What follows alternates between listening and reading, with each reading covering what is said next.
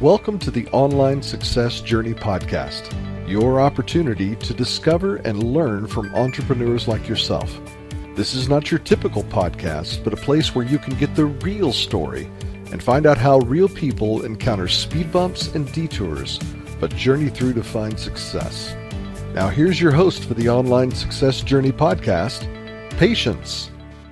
Hello everyone and welcome to Online Success Journey. This is episode 140. Are you ready to join the clan? Today we have Sasha Laghonh, a business and a lifestyle strategist. She works with clients ready to transform their lives by offering customized sessions relevant to their needs. Hello Sasha. Hello, Patience. Thank you for having me today. Thank you for coming. I know here the clan is anxious to hear your story, so let's get started with the basics. Can you tell my clan a little bit about your background, about what you did before you started your own online business? Yes, I come from a business background, so majority of my career path, I focused on office administration, marketing, and business development. And some of the industries that I worked in happened to come from a government, financial, academia, meaning working for universities. And then those opportunities allowed me to work for high-level executives that introduced me to other avenues of the business. And I tell people that if you really want to learn business acumen and know how to acquire insights, there are some things in life, regardless of what you do for a living, you're not going to find that from studying and reading books. You're going to find it by meeting people who are so good at what they do. And if you have the privilege of working for them, to pick their brain and learn from it. Because most people that are very senior level in their fields, they are going to be not only flattered, but they would be willing to mentor you. So even if they don't happen to be your boss, I tell people that if there's somebody who inspires you and they are within a few degrees of reach, to seek them out and see if they're willing to offer their time. And we live in a busy world, so not everyone will be able to do that, but that is an option. But long story short, also working alongside corporate and in the private and public sector, I recall when the economy started going down, I had to come up with other ways of producing income in a short span of time. And I told myself, what skill do I have or talent that I have not used in a manner to make money off it? I have not capitalized upon it. And it happened to be my spiritual gifts that I've been bestowed with, and it's something innate that I was born with. And I started spiritual counseling. And a lot of people would come to me for relationship concerns, family concerns. It could be for their career path. They want life changes. But ultimately, I came up with Sasha Talks because one of the places where I had started working on privately, they wanted to make sure that you were legit and you had a site. So because of that, Sasha Talks was born. And when Sasha Talks was born, it was specifically more of an entertainment / spiritual counseling site. And I felt that when people come to me for spiritual counseling or they come to me for business guidance, it's the same person they're talking to. And over a span of time, I had consolidated the websites that I had onto Sasha Talks. And that is how you and I meet today. Wow. Ooh, what a journey. Thank you. Okay. What is the most dangerous belief an online entrepreneur can have? I'm smiling because there could be a lot of dangerous beliefs. I would say thinking that just because you have an online business, it's going to be any easier than having one that is a storefront in our reality. Because whether you do an online business or you're running an actual business, you have to find ways to increase and acquire revenue through different means. You have to make sure that people understand what you're selling, whether it's a product or service. They have to know that you even exist. And why are you any different than the other people who are doing the similar type of business? So just because you put yourself out there and you spend X amount of money for marketing, or some people do a lot of advertising, people might know that you're there, but still they need to know why should they click on your website to do business with you. And it's really important to know that regardless of what type of business you're running, whether it's in reality or in cyberspace, that you're going to put in a lot of time in the beginning until you find ways that provide reliable and consistent income. I remember when Sasha Talks came out, I was also working odd jobs while running Sasha Talks. And while I was doing the odd jobs, they fell under the same category as the work that I was doing on Sasha Talks. And I had to make sure and learn the market. I would track foot traffic, that there would be nights that I would stay up and be working to see what time of the day are people coming to this website to do business. And understanding, I recall that a lot of the business would come from the UK and Australia, or it could be New Zealand or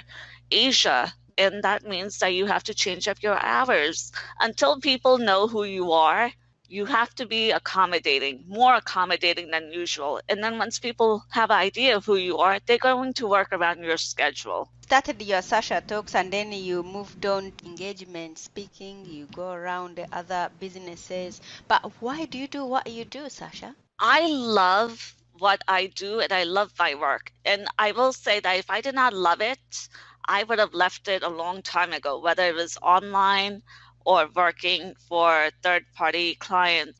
The thing about Sasha Talks is that even though it was introduced to the world as a spiritual counseling website, I started integrating other parts of my primary career onto that platform that has to do with business. And within business, I enjoy conceptualizing ideas and bringing them to fruition and helping other people come up with ideas and bring them to life, where you get to see your idea, you get to see it, you get to hear it, you get to feel it, and you get to live it. The speaking part was not part of the plan. If you had met me 20 years ago and said one day you'll be talking before people, I would have started laughing, because the whole thought of talking to people would have just scared me. So slowly I introduced myself through radio, and because no one knew me, I said I have nothing to lose, because if I don't feel comfortable, I could always leave. But I enjoyed it. I enjoyed it because people were interested in the entertainment aspect of it. And then I said, entertainment is good, but you also have to bring value in a form of that you're educating people, because education is something that you could choose to apply today or later in time. And the speaking engagement came slowly over time. I wasn't comfortable with everything that I was doing on Sasha Talks, so it grew very organically. It came over a period of time. So a lot of what I'm doing today on Sasha Talks, I wasn't doing it 8 years ago. But now, what helped you come over your anxiety? Because you said if you wanted to go for talks, you'd be like, okay, I don't have anything to lose. Nobody knows me, but your name is out there. You're trying to put your name out there, trying to build a platform. Now, what helped you? Did you have a mentor to help you to come over your anxiety, to just think that, okay, or did you just broadly thought, okay, I'm confident, I'm going to do it, nobody knows me, and that's it? What helped you? It was more about living life. It's only a matter of you become more comfortable being out there. Because in the initial stages, it was only my first name and my picture out there. And I was known as SashaTalks.com, and I still am known as SashaTalks.com. And the funny thing is that I believe everything is meant to be, because after I had already gotten the website and the name was out, there were other Sashas out there. But I really believe that there was one little space in the world left for me to claim. What made me feel comfortable was, over a period of time, a lot of living and learning. So as the brand and the face has evolved, so has the heart and the mind within me. And it got to a point where I said, I do want to go out and speak to people. And if I want to do that, I have to start by taking little steps forward, by talking to people. First, it started on radio, and then it was already happening in my, I would say, day-to-day life. And then it was more about growing the audience and working with different types of topics, because we also have to live life to understand some of the challenges that people face. Because some of the things that I do is not only helping businesses, but I also help people with professional development and self-development. And I know that I have done a lot of self-development on myself, and it's an ongoing process. So a lot of growth had shifted my perspective to feel comfortable that if I've gone through some really harsh challenges, what is the worst case scenario? I can't wake up and say I want to speak to people without trying. I have to go out and do it, and that's the only way you'll learn whether you like something and you don't. And if you like it, there is a spot for everyone in the world. So when people act as we're going to run out of opportunities, there's not enough money to go around, I believe that's very small-minded thinking. There are opportunities. You can't have every client. Is not meant for you, and you don't want to have every client.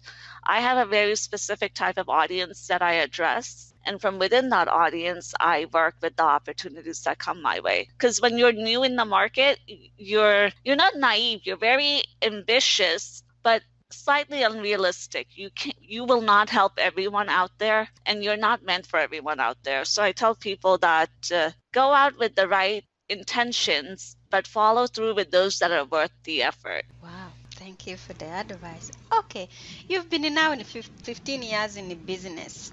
Let's put Iman aside. How did you know you were successful? I've been asked this question from the time I've started, and my definition of success has evolved. Because a lot of times, well, in the reality that we're living right now, for people who want to start out, they judge success by the pictures they see, by the outcome, by the things that you could have. A success for me would be having your health. Happiness comes from within. And knowing that there's always going to be new opportunities that you could create from what you already have created. That I do believe in being independent, but also understanding that you're part of society. So as good blessings coming your way, I do believe in paying it forward. Or else, what is the whole point of acquiring success if you're going to be alone and not being able to share it with anyone? Okay. Sasha, you have been working as a counselor and also working within the other companies. Can anyone be an entrepreneur, or are some people more cut out for it than others? From my observation and experiences, I know a lot of people who talk about entrepreneurship, and when they look at it, they say, well, I want to be my own boss because I don't like my own boss, so I don't like to take orders. This is the life that I want. And they don't realize that entrepreneurship is not a 9-to-5 job. Entrepreneurship is a 24/7. It's a lifestyle. You have to love it because it must run in your blood. You can't fake being a hard worker. Either you are or you're not. It's similar when you walk into offices and people have papers all over and they're like, okay, I'm going to look busy, but I don't like my job. I hate it. And then there are those who are very busy and efficient and they get the job done. So I always say don't judge people from the outside or their surroundings because you don't know what strategy they're applying. As for entrepreneurship, it's not meant for everyone. You have to be willing to do it because you're going to wake up on days where you're very passionate and ambitious, and ambition should be consistent. I hope and I believe that there are going to be days where passion is not enough. You have to have that belief that no matter what, you will reach your goal. You will have to deal with a lot of rejection. You're going to realize that not all of the clients are for you. Some of the clients are going to give you business, but you realize they're not exactly the type of people you want to do business with. You have to get very creative. You always have to come up with ideas. Entrepreneurship is not a destination. It's literally a lifelong journey. And I know that there are people who start out strong, but they don't last long in the market. And it's interesting because in the studies that have come out in the past 2-3 years, a lot of the entrepreneurs that failed, they fail in the first 12 to 18 months. So if you happen to be part of the successful 15 to 18% that survives year one, chances are there that you're going to continue evolving and growing your business because the results of entrepreneurship are not always overnight or immediate. But the good part is that if you do become your own boss and you do choose to work very hard work, it pays off, but we don't get to control the timing of when we see the returns of our investment. So a lot of the entrepreneurship, it has to come with determination, your belief, and how hard you work. And not only how hard you work, how smart you work. And I'm not telling people go take shortcuts because there's a difference between taking shortcuts and being efficient. Efficient means you're more strategic in how you're going to go about meeting your goals. And I know this answer turned out to be longer than anticipated, but entrepreneurship is a lifestyle. So if you are not willing to put in the amount of time throughout your day, and you also have to live your life. We have relationships. We have to take care of ourselves. We have to coexist with society. If you could create the time and the dedication to make it work, because sometimes there are relationships that break down because, again, as I mentioned, entrepreneurship is more demanding than just working a 9 to 5 job where you clock in and clock out. Wow. Okay. Why do you think people hesitate when embarking upon on their goals? Part of the hesitation, well, there can be several reasons, but part of it has to do with that people are nervous and they are trying to fight the prospective failure that may be around the corner. And we have to be realistic. We could have as many goals as we want, but we're not going to know whether we're going to attain them, unless we go about trying. And trying is not good enough. We have to we have to cross the bridge and then see, was I able to achieve this goal? How can I improve myself? And failure is part of success. If I tell people how many times I've been rejected and told no, it is a part of life. Maybe the number of rejections I get today are less than the numbers that I got when I started out. The rejection is still part of life. And the moment you start using your failure and your rejection as a form of education, that's when real growth happens. Because you could read articles, you could go online, you could talk to people, and they'll tell you all the things you shouldn't do. But it might not have any meaning to you unless you start living. And then when it happens to you, then you understand why. There are some life lessons that we have to live through than just listen, because it's not going to resonate with us. And with goals can also evolve, because maybe what was important to me at 20 is not important to me 20 years down the road. And what is important to me possibly today might not even matter 5 years from now. So we have to think long and hard. What are the short-term goals and what are the goals that you want to keep, and they're not going to change. But we have to work on ourselves in order for the universe to help us along our way. You said you got lots of no when you started. You got rejected. What kept you going? I am very strong-willed, and the belief system within me, I've been fortunate that doesn't waver much. Now and then, of course, I have bad days, but I don't change my goals and my belief because of the no's or the rejections that come my way. I always knew that there is a place for me, and all I knew from a very young age, by the time I was even a teenager, was I'm going to be well known for my work. It's only a matter of time. I know it's going to be really hard to get there, but the hard work never intimidated me because I know that I'm a hard worker, regardless of whether people like me or not. And that's one of the things we have to be able to differentiate, that when you go out in the world, there are going to be moments where you're going to have to decide, do you want to be well respected, well known for your work, or do you just want to be liked? And you could have both, but you're not always going to get both. And I always knew that I'm going to continue doing what I believe, and that will dictate whether people gravitate to me for the right reasons or not. And for the rejections, some of the rejections I laugh at, because a lot of the people who rejected me now, they don't leave me alone. So you have to have a sense of humor. That it's humbling, but I think it's really important for us to have some degree of encounter rejection and suffering in order to be more appreciative of the opportunities that come our way, because opportunities won't fall into your lap. You have to also go seek them out, and they might not come into our life until life feels we're ready to handle the responsibility. Okay, you mentioned that somebody who rejected you when you are starting, now they want you on their show all the time, or they want to work with you. How do you handle that? Because the reason I'm asking this, I met someone along the line on this journey also who's mentioned that he wanted to interview this famous person, and they told them no, they couldn't get interviewed them because they are nobody, they have not made it. They should go away and they should come back like in 5 years' time while they are made it to interview them.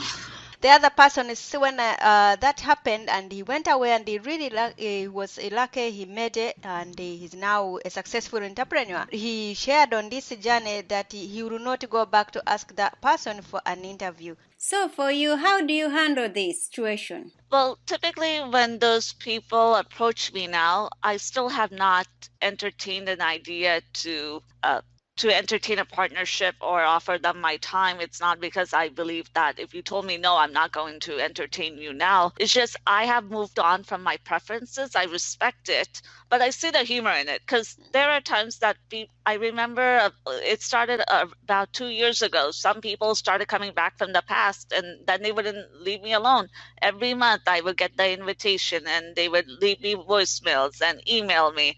And I'm thinking, I understand why they may have thought that at that years ago, I may have not brought the value that they needed, but now they want me because they realize that I take a lot of interest, not only in my own work, but in the work of those that choose to also welcome me into their path, into their studio, into their career path, even if it's for half an hour, 1 hour. And then there's some relationships that I have built over the past few years. So the answer to that is, I have a sense of humor, but I have not entertained any serious engagement from any of the past rejection. And maybe until the right opportunity comes along and I have a change of heart. And I always say never, because there are things that we want like 10 years ago, and it doesn't matter to us now. And then there are going to be things that I want and need, and I'm not made aware of right now until life presents that circumstance. But I am polite about it. I say thank you, because I do believe in gratitude. And people have to remember, there are days where the phone will ring, and then there are days when the phone will not ring. So not to let these encounters make you more arrogant or more overconfident. I look at it as, it's nice to have opportunities. Thank you for thinking of me. And I have never reminded them that, do you remember how many times you rejected me and all of a sudden you want me? Wow, you are on the same line with the other guest who came on. So also you are not working with them. I'm keeping note those people who are not taking me on. Okay. Right. What have you learned from business as a whole? Business, many ideas in business repeat themselves in history, and they get repackaged and recoined and delivered back in the market. The one thing about business is that it exists to produce it exists to produce solutions. So either you're providing a product or service or an idea that help refine how you're living and how you go about your day-to-day lifestyle. And the thing is that ideologies may evolve, but one thing doesn't change about people. We all have needs and wants. We all have preferences. And there's always going to be someone for everyone out there. So there are many ideas that this world needs and that this world has. And it's only a matter of understanding what works at different given moments in time. Sometimes people come up with great business ideas, but they haven't thought it through. They haven't done their market research. They don't understand whether they're going to be able to make the money because they need the right amount of people to buy it. There is plenty of money in the world because we've been taught that resources are going to run out, so everybody has to fight one another to get that piece of the pie. There is enough abundance, and I don't say that from a spiritual perspective. I'm being practical about it, but you have to carve out what your place is in order to capitalize upon it. Oh, tell us, now you are successful. Are any other negative consequences to being successful? Success for me is more of a journey than a destination, because you're always going to have ups and downs in life. And just as in life, you're going to have ups and downs in your career path. It means that you might have to wait longer for the right opportunity to come along. And that's why I always tell people, come up with your own opportunities. It means even on the good days when you feel comfortable, pick up that phone, reach out, do your emails, go pitch yourself, go do your research. What is the next and upcoming thing? It's not only about knowing what's out there in the market or your competition. Because of the work that I do, my competition is my past performance, because there is one Sasha Laghonh, and unless you have the questionable looks that I have, my questionable voice, and my DNA, there won't be another person who's going to do exactly how I work and live my life. That I wouldn't say there are negative consequences, but you have to become more mindful of the company that you keep. Because as you become more successful per se, and I'm going to use that word because it's derived from your question, There's going to be the right people who gravitate towards you, and then there are going to be those that just want to fly off your magic carpet.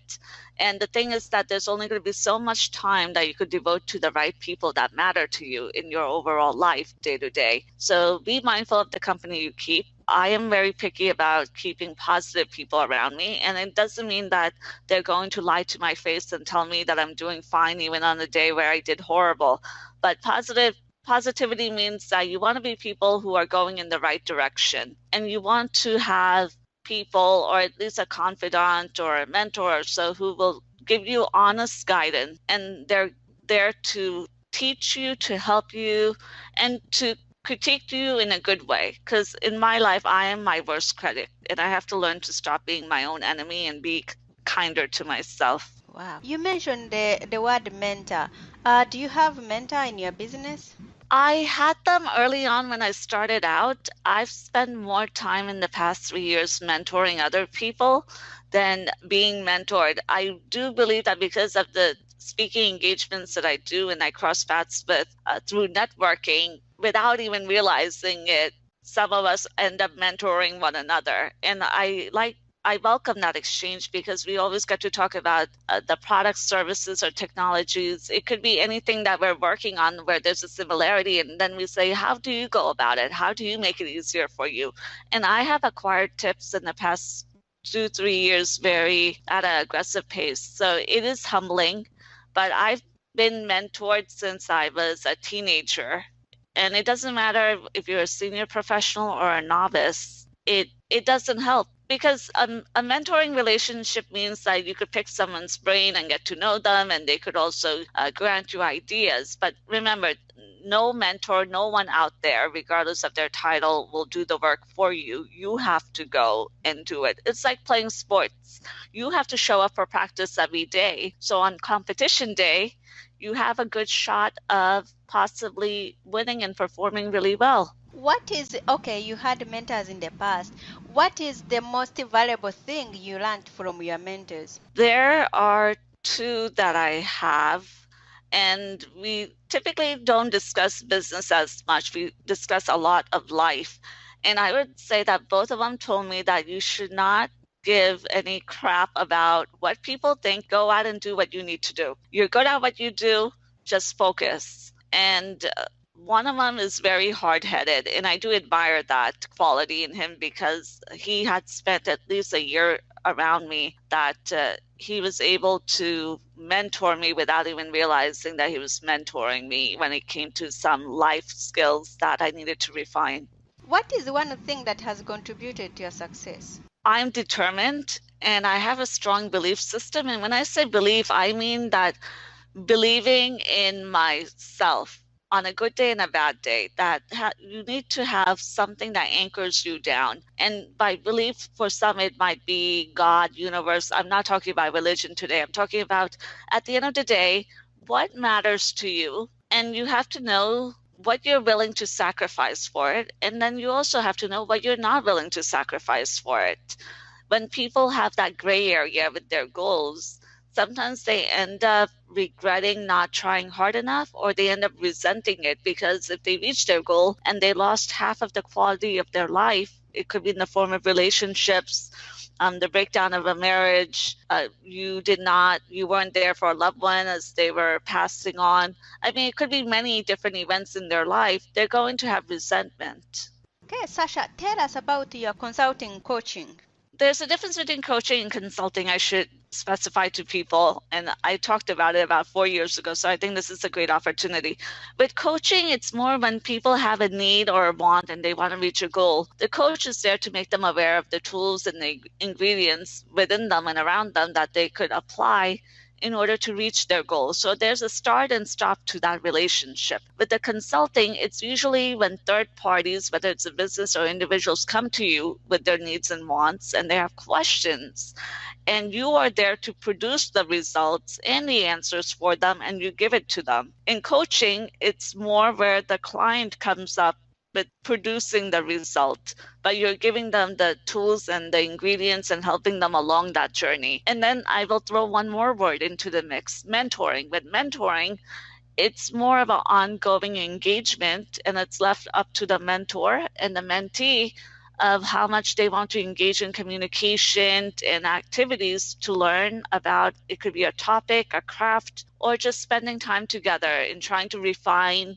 It could be possibly your weaknesses or even strengthening your strengths. Okay, so what is yours? You have a 15 minutes consultation, and how do we contact you? How do we reach you? What type of clientele are you interested in? Yes, at the moment, for spiritual counseling, I still focus on individuals, and rarely do I do groups. As for the business services, I do focus on professionals and organizations. And if any group or individual wants a consultation, the consultation comprises of usually between 20 to 30 minutes. And people will go to sashatalks.com, click on the contact page.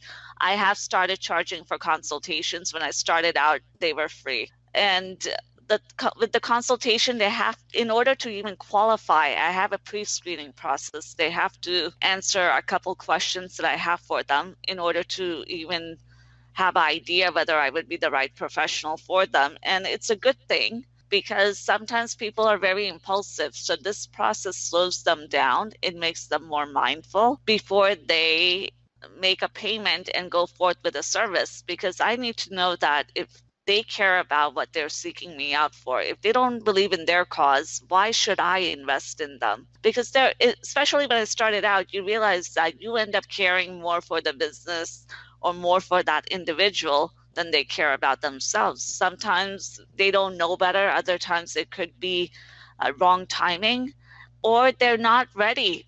And it's surprising, but there are also businesses out there. They want the positive changes, but they are not ready.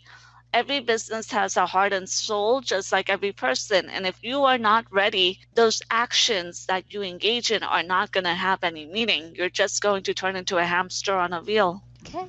So, clan, there will be more from Sasha in a moment. If you are listening on one of the many podcast platforms rather than my website, and you are encouraged by Sasha's journey, go to onlinesuccessjourney.com for a bonus portion of the interview. The Online Success Journey is a wonderful membership community built for people searching for paths to success. We are one big clan, and you can be part of this community for free. Once you have joined the clan, click on part 2 of Sasha's journey or over 100 other journeys that are available, and learn how you can find the right path for your own online success. That's a wrap, clan. Remember, success is a journey. Patience and Sasha. This is not the end of the journey. We hope you've enjoyed listening to part 1 and want to be sure you know there is a second part to this and every journey podcast at onlinesuccessjourney.com, filled with even more success tips, uplifting stories, and even a bit of fun. There are dozens of episodes only available to the members of the Online Success Journey clan. Check out the website and click on Join the Clan for more information. Patience would like to thank you for listening to this podcast, and she has a free audio gift for you at her website. Go to onlinesuccessjourney.com for instant access to this gift. Of course, you know that listening to the journeys of others helps each of us chart our own path, so make sure you're subscribed to be notified as each new interview is posted. There are so many ways to stay connected to the Online Success Journey and to listen in. And if you're enjoying the podcast, we appreciate your help in telling others. One of the best ways to share the benefit you get is to rate and review it at Stitcher and other sites by clicking the stars or completing the ratings form, by clicking thumbs up and leaving a comment on YouTube, or liking and sharing the podcast on social media. To review the podcast within iTunes, simply open iTunes to the podcast, click on Ratings and Reviews, then write a review. On behalf of Patience, and until next time, thanks once more for listening. It is our hope that this podcast will guide you on your own online success journey.